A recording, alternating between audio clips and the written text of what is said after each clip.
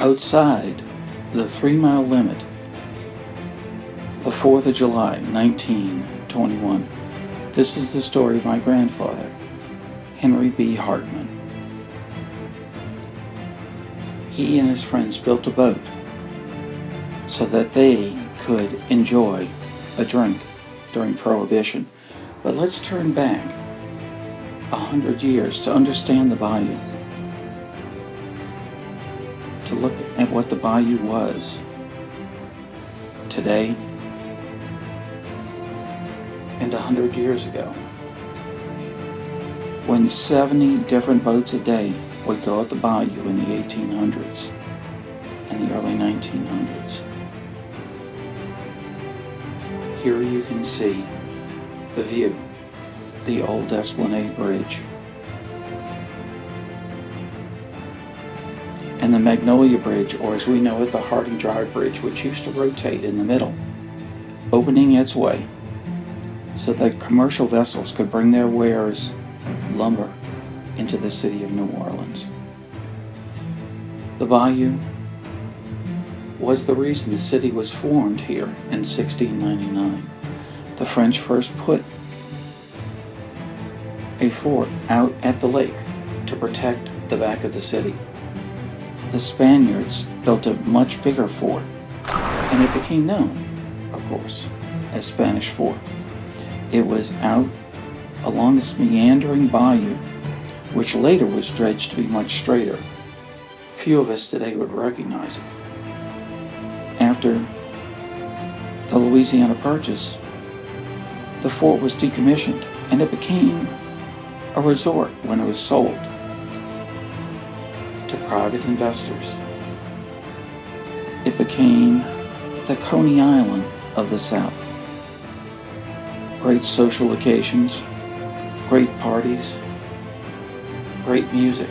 Some of the great early jazz bands played there.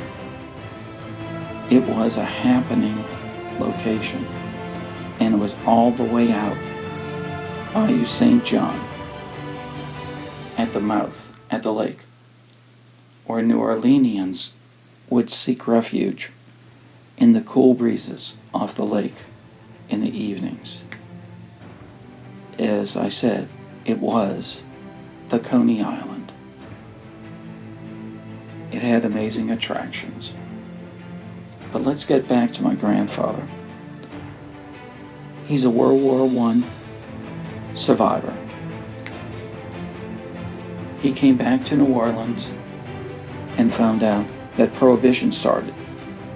And he and his friends realized if they built a boat right there behind the fairgrounds on Leda Street, they could push it out to the bayou and actually go and have a legal drink offshore. They worked for over a year, working diligently with their free time. And slowly but surely, their boat came together. These amazing young men, all in their 20s, worked diligently to get this boat ready to move. As they said, the world moves, and so do we. And so they pushed that boat out onto the dirt Esplanade Avenue and got it all the way to Mall Street. That's right there at Carabac's Bar, where Park Esplanade. Note the Dixo signs for the non-alcoholic root beer sold during Prohibition. But they were able to get that boat into the Mullins shipyard just to the left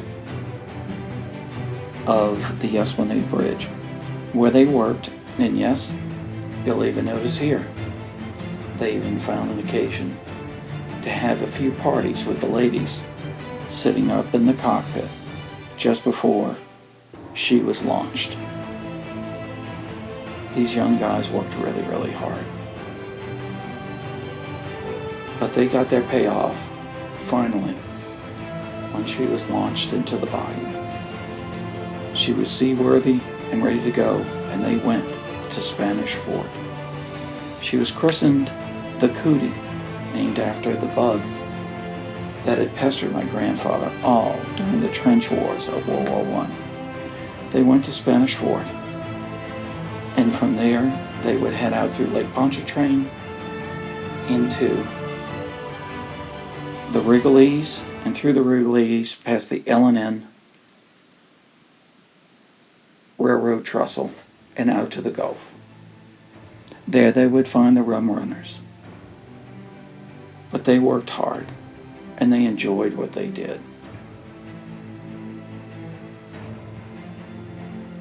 These guys refused to let life slow them down.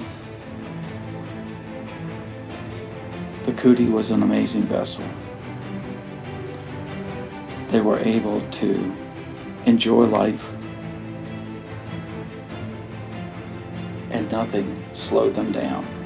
Past the sailing yachts on Lake Pontchartrain, past the roller coasters at Spanish Fort, the Cootie came back up to the bayou and sailed back. That's right. On the 4th of July, with his friends, the shipbuilders. They were, in fact, the warriors. They were outside the 3-mile limit. To my grandfather, we salute you. Outside the 3-mile limit.